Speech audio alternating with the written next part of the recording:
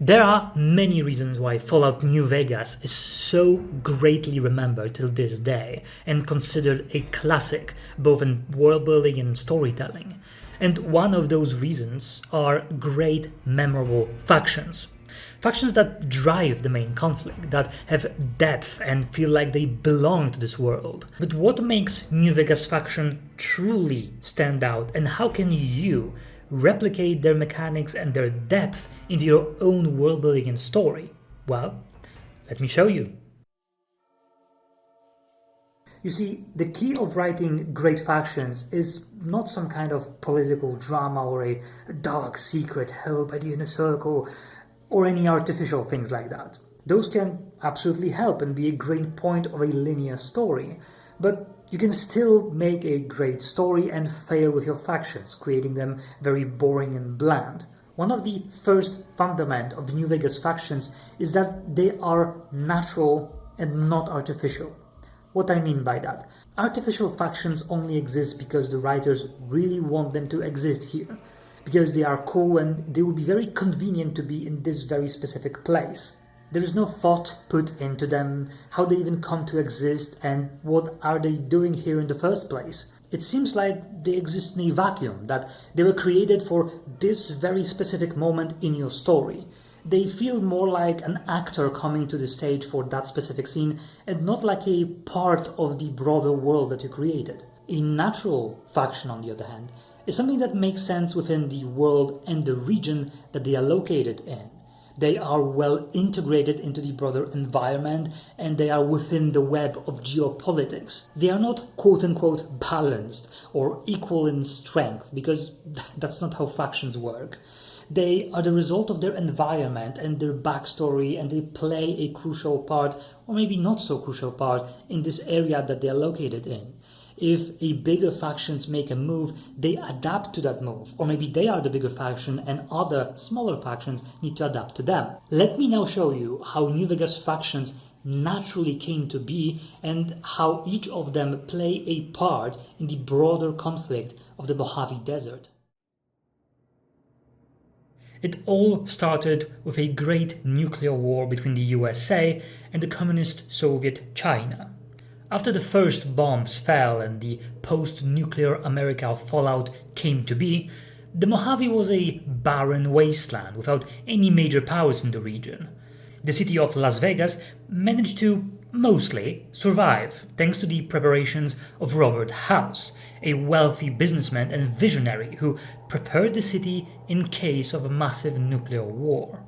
On the day of the Great War, 77 atomic warheads targeted Las Vegas and its surrounding areas. My networked mainframes were able to predict and force transmit disarm code subsets to 59 warheads, neutralizing them before impact. Laser cannons mounted on the roof of the Lucky 38 destroyed another 9 warheads. The rest got through, though none hit the city itself. And then he went into stasis for the next 200 years. In the meantime, small tribes of post-nuclear survivors started to form. At some unspecified point in the northeastern part of the Mojave, the citizens of the Vault 34 rebelled against its overseer and moved to the location of the Nellis Airport with its massive stockpile of heavy weaponry, thus forming the Boomers. The Boomers decided to live on their own and isolate themselves from others, and bombarding any who dared to approach them, and abandoning any possibility to become a major faction in the region. With the Boomers isolated, the Mojave was mostly a wild place without any major factions dominating the area, and thus other factions started to arrive, like the Fiends or the Great Khans, who came from California, probably running away from the growing force of the new California Republic. In the meantime, the Brotherhood of Steel, a faction of veteran soldiers who formed to preserve old technology, came to the Mojave looking for said technology and took over the solar plant of Helios 1. Yet another uninvited guest in the Mojave were the super mutant remnants who, after the events of Fallout 1, also fled in this direction and landed in the Black Mountain, They took over the radio station on the top and invited any further super mutants refugees to its stronghold. Another group of super mutants who just wanted to be left alone hid in the mountainous valley in the northwestern part and formed Jacobstown. And now, after those events, 200 years after the bombs fell and an unspecified time after other factions moved into the Mojave, in 2074, Robert House, who will now be only known as Mr. House, awakens from his stasis with his army of Securitrons and quickly unite the most powerful tribes in the region by sheer force of persuasion. Those tribes who now serve under Mr. House became the Strip families. In the same year, the NCR, a rapidly growing democratic nation that formed in California, expanded into the area of Mojave to secure strategic positions. In 2274, President Kimball sent the NCR Army into the Mojavean force with the objective of occupying and repairing Hoover Dam. Rangers and Army scouts had confirmed that the dam was basically unoccupied and could be restored to an operable condition. Upon arriving at the dam, however, they discovered that a large force of tribals and robots had occupied it. This was our introduction to the three families, the Securitrons and, of course, Mr. House. Using his Securitrons as intermediaries, Mr. House called for parley. He claimed his forces had occupied Hoover Dam in order to safeguard it for our arrival, and that he was ready to turn it over to us, so long as we could agree to terms. Those terms became the Treaty of New Vegas. The treaty recognized Mr. House's sovereignty over the Strip and granted us rights to establish military bases at the dam and McCarran Airport. And thus, Mr. House, by his cunning and very careful planning, managed to secure an alliance with the NCR. In the meantime, the NCR started to expand their influence into the Mojave, taking control of independent settlements and rooting out bandits and raiders. One of such groups was the Great Khans that started fighting the invading NCR force. That fighting culminated in the Battle of Bitter Springs, or more precisely the Massacre of Bitter Springs. After dealing a heavy but controversial blow to the Khans, the NCR stopped fighting them, assuming their utter defeat. In another place, a different detachment of the NCR forces stormed the solar plant of Helios 1. The battle caused both sides heavy losses, but the NCR was ultimately successful at driving out the Brotherhood of Steel. In yet another meantime, NCR settled a correctional facility in the southwestern part of the Mojave. This facility was a labor camp for convicts that were tasked with mining and construction work. That facility, however, suffered a massive rebellion that ended in a complete victory of the convicts due to the NCR forces being stretched thin in the Mojave. The convicts, who were now equipped with a vast amount of dynamite and NCR militia equipment, took over the correctional facility and became yet another group of raiders in the region, now called the Powder Gangers. 3 years have passed after the NCR first came to the Mojave, but now a different entity comes to the scene. From the Wild East, a powerful nation of brutal dictatorship arrived to the side of the Colorado River, a faction that seemingly came out of nowhere, with brutal discipline and numbers, as well as carefully planted intelligence agents everywhere. They became a massive threat almost overnight, and the Legion moved to secure the Hoover Dam, not only a strategic passing through the Colorado River, but also a very potent power plant. And thus, the first battle of Hoover Dam ensues. The Legion managed to gain some easy ground at the beginning of the battle, but the NCR entrenched troops with superior firepower managed to drive off the invaders, securing their victory and hold over the Hoover Dam. But the victory is short-lived, however. The battle exposed some major weak points in the NCR ranks, their strained logistics and internal corruption. The forces of the NCR became very, very stretched, with only around 1 to 1.5 thousand soldiers stationed in the entire Mojave, but plenty of internal issues, like raids from the Fiends, the Black Mountain Supermutants, the internal corruptions, the Legion infiltration of their ranks, the rebellion of the Powder Gang convicts, as well as the Legion guerrilla squads in the south wreaking havoc, and also attacks from local hostile mutated wildlife, makes them unable to fully, completely secure the Mojave and defend the dam at the same time. The Legion, however, even if defeated, started to regroup and waited for their veteran reinforcements from the east under the command of the feared Legate Lanius. They also created a small base of operation in the south at the western side of the Colorado River, sending small strike team of scouts that makes diversionary guerrilla attacks on unsuspecting soldiers and sabotaging the NCR backlines. Mr. House, on the other hand, was not a passive observant during all of those events. He sent couriers for a platinum chip, a strategic piece of technology that he was unable to recover before the bombs fell. A chip that can turn the tides of the entire Mojave conflict. And that's when the story starts with you, the courier. As you can see, all major and minor factions have a reason to exist here. They are naturally integrated into the world and the story of the region, and each and every single one of them have their own reasons to be here, and their motivations make sense, no matter how absurd they may be. Now let's look at New Vegas' roster of faction and categorize them into tiers depending on how strong they are and how big of an influence they have in the Mojave Desert. The first tier is the major players, the NCR, the Caesar's Legion, and Mr. House. I call them major players because they are the ones who decide what is happening in the region. They have either the military, the diplomatic, technological, or economical influence over the region, and because of that, every single other factions adapt to their moves and not the other way around. The second tier of factions is the minor players.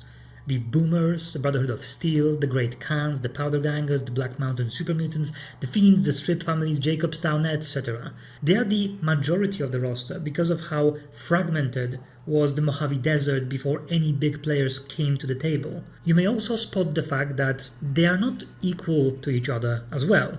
They are categorized together because they play similar roles and they have a similar amount of influence. They are influential enough to have something to say in the broader conflict. The major players need to keep an eye on them because a couple of minor factions going to the side of the enemy major faction can tip the balance of power in the region. And you can see that with all the major quest lines, where each big player asks you to either eliminate or convince to join some minor factions that are still a threat.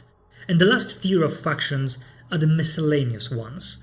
The Followers of the Apocalypse, the Enclave Remnants, the Bright Brotherhood, the Kings. Those are the factions that don't really mean much in terms of their influence, or they are not interested in the broader conflict of the Mojave, and their goals are completely different. But do not think that those factions are completely useless in the story. Factions like that are a great way to make the broader world building feel more natural.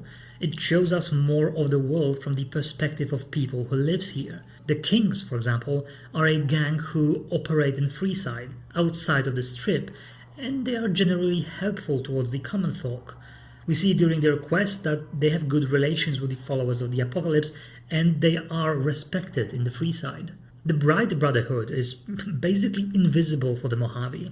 Their goals and ambitions have nothing to do with the Hoover Dam and the broader conflict. The Enclave Remnants are so scattered and few in numbers that they are just a long-lost echo of previous times. Like, how many of you even discovered them on your own without reading the wiki? This categorization tier list is not about their power level, don't get me wrong. This is not some kind of anime stuff where you put those factions in the arena and they just fight each other and see which one is stronger. It's about their influence in the Mojave. Yes, sure, the Boomers have superior firepower, yes, but they are isolated and alienated from the rest of the region.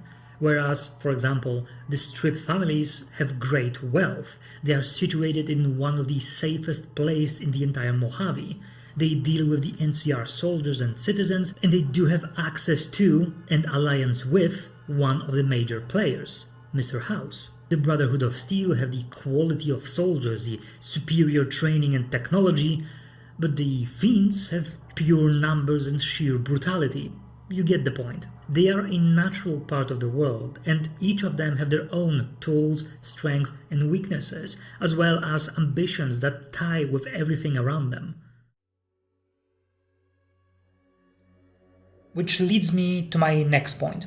All those factions have, in smaller or bigger sense, sub-factions. I spoke about sub-factions in my world-building factions video, so if you want to know more about this specific term, then you can check that video. But essentially, sub-factions are internal factions within a certain organization that works for their own goals within the scope of a faction. Because if a faction is big enough, it is only inevitable that division will start to emerge. And you will have people who think differently than others, even if they have the same goals. Take the Brotherhood of Steel, for example. Even though they are a highly disciplined, hierarchical order, one of the main quests in their faction is an optional change of leadership. After their loss at Helios 1, they escaped and hid in the underground bunker, and since then they were sitting on their asses, doing basically nothing. And as the time passed, some people in the Brotherhood wanted to naturally go back outside and start to do things. And so one of the optional results of their main quest is to find a legal way within their own codex to replace their leader, so they could finally go outside. And you can see those examples everywhere. In the Kings, you had the split with Pacer, you had the Nightkin in Jacobstown, and the split of ideologies in the Great Khans between the Advisors and Papa Khan. All those things further sell the idea that those factions are made out of people who just think differently. What also makes New Vegas factions stand out is the fact that there are no correct factions. The majority of factions are either joinable or you can become an honorary guest of some kind, and thus you can see all perspectives. In most other stories, either in books, movies, or especially video games, you have the portrayal of the one correct faction. You get to know a lot about that factions. They are the good guys that the main characters joins, or you as a player, you can join them. And every other faction, especially the opposite faction, is the evil one.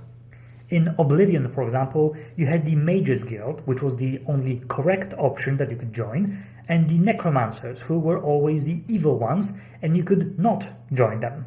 In Skyrim, you had the Companions, that were the correct ones, and the Silverhands, that were just the generic bandits with silver weapons. It didn't matter if you were opposed to the idea of being a werewolf in the Companions. You could only follow the only one correct path against the incorrect faction, which is absolutely not a thing in New Vegas.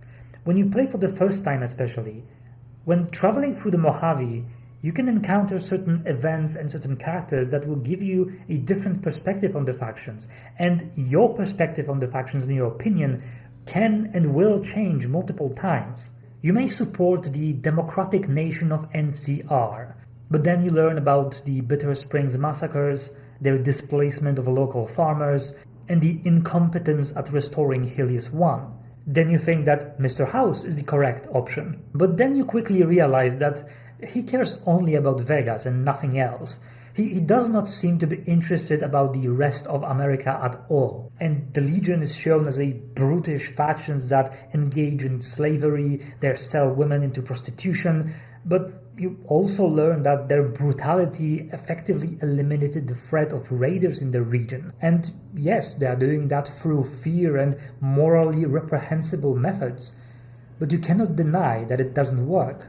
Do not get me wrong, those factions are not equal in terms of morality or effectiveness. But in the same time, they are not comically evil or outright stupid, although there is this one guy in Helios 1. That big knob there makes a crazy noise. Sparks come out of that slot if you put stuff in it, and I'm learning more every day. They are the product of their environment, and the world building in the game makes those factions understandable, even if you do not agree with them.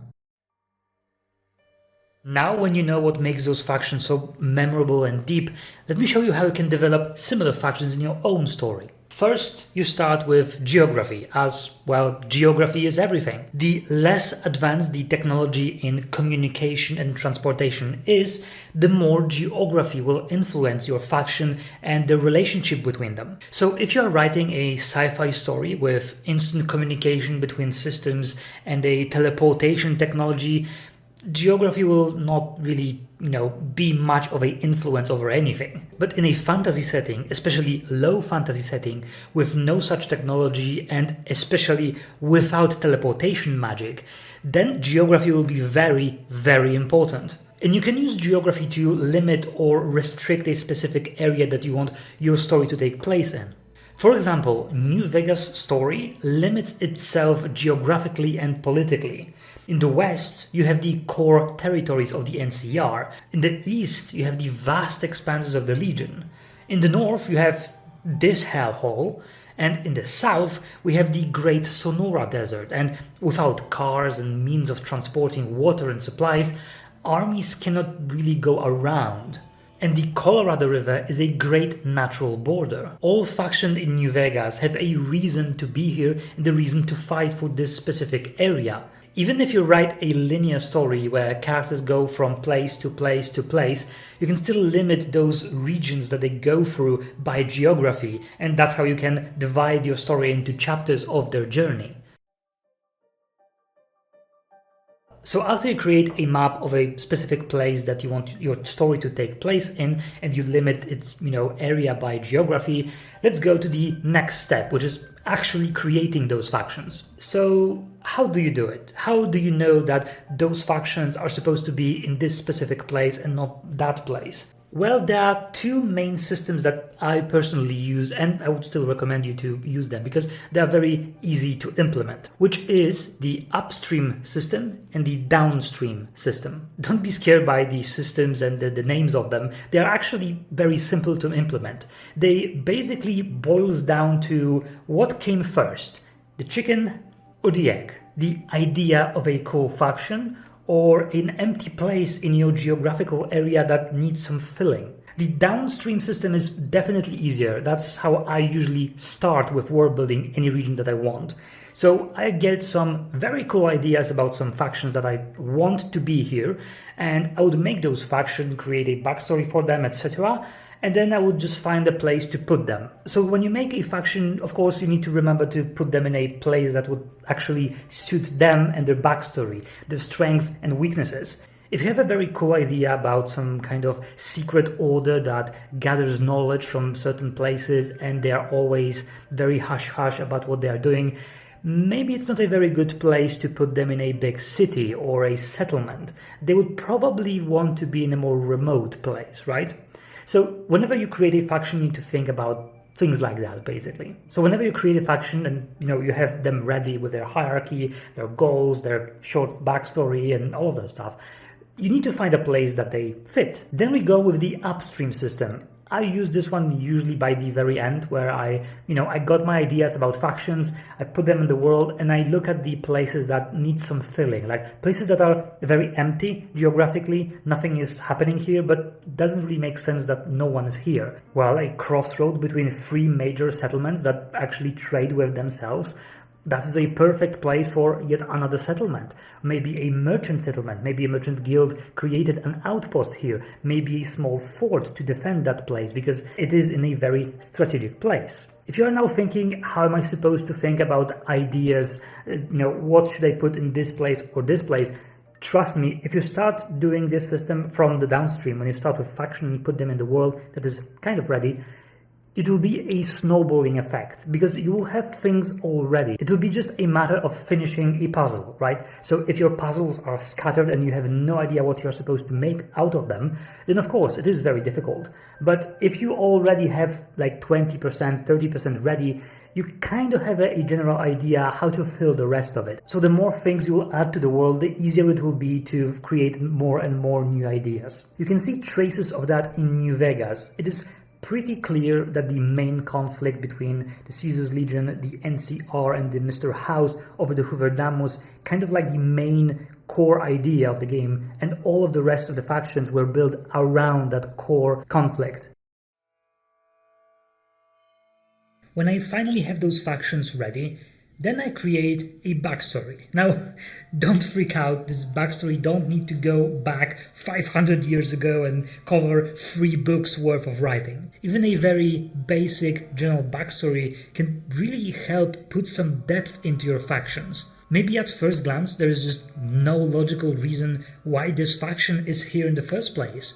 But then you learn their backstory and suddenly you have a aha moment and everything becomes clear. Similar to how the boomers are first portrayed in New Vegas.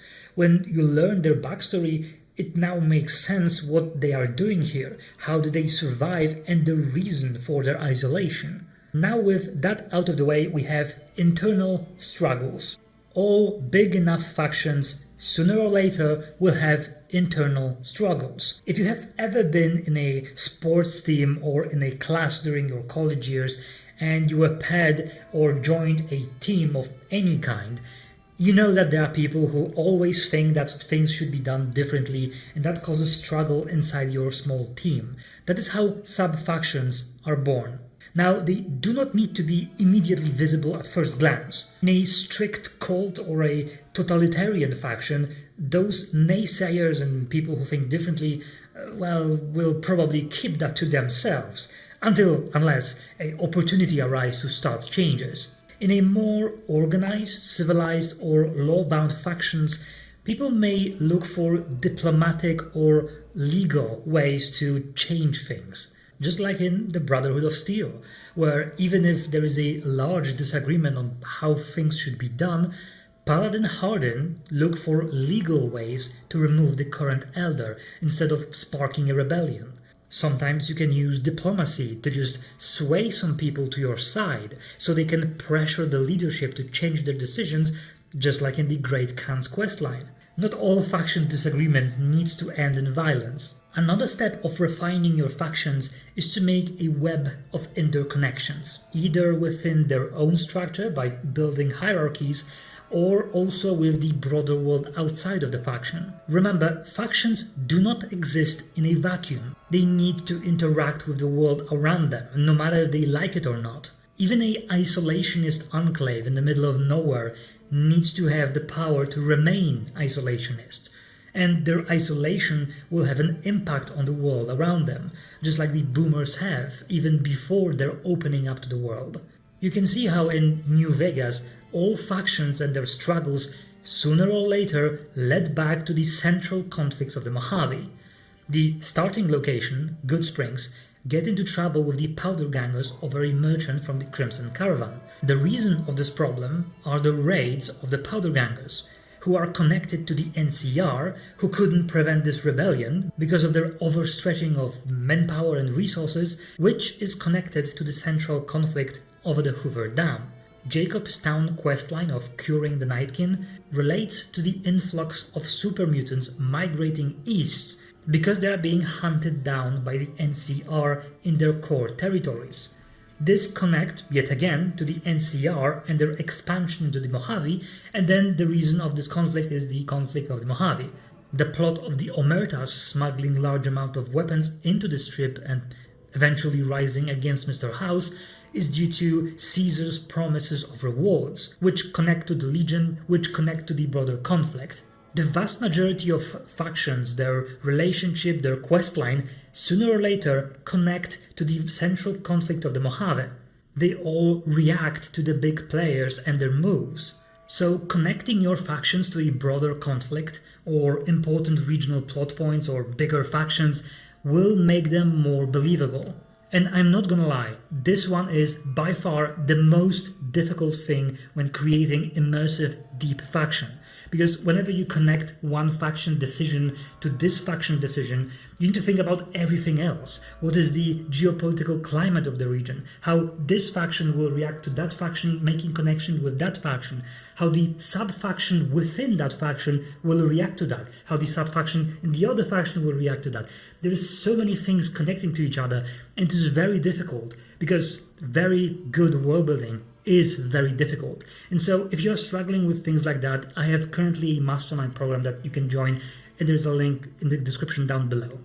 So to help you out a bit, whenever you do this, remember about the tiers of influence. Create something like that for your own world. And when you finally categorize your factions like that, remember that the waves of influence go from up to down. The biggest and most influential factions will always have the most impact on the smaller factions. And the lower a faction is in the influential category, the more they will need to adapt to other factions doing stuff because they don't really have influence on their own. And to give you a better analogy of this, you can think about that in our own world perspective. The big factions, which are the most powerful countries, make decisions. They start a war, they introduce a new policy, and that changes how other factions, aka small countries and big companies, will react to that. And that, on the other hand, will influence you and your own life decision and personal life. If you have ever migrated from that country to that country, when you make a life decision, whenever you do anything in your life, truly, you always do that by reacting to the echoes of influence of people and factions that are more powerful than you are. This internal web of connection will become much easier if you start to understand it subconsciously. And for that, you need to train more and try to analyze more things happening in different stories, but preferably in our own life. And to be honest, the best way how to train yourself to create those interfactional connections and reactions and all those stuff is to start very small. Start with a very small region with, let's say, 3 factions. There's not that many things that can change because there's very few factions. And then you add another faction, then you add another faction and another faction, and that's how you learn. Eventually, you will start to understand it subconsciously. And the stream of consequences, this decision, they will come to you very naturally at some point. You just need to train more. So, it's finally here. And I would really like to say thank you to Hamza, who commented under one of my posts with the idea for this video. And so if you think that you have a better idea about a video that I should make, then you can go on and comment below, because I read all comments. I may not respond to all of them, but I read all of them. I can guarantee that. As I said previously, I'm opening a mastermind where you can connect with me and other like-minded individuals in your path of improving your storytelling and world building and whatever is the issue that you're struggling with in terms of writing. And that's the first link in the description down below. And if you want to know more about what actually happened through those 2 months, because I hate doing excuses and saying, telling you why I done this or that, you can check the second link in the description down below. There is my second channel where I post completely unscripted stuff, where I just ramble without any script.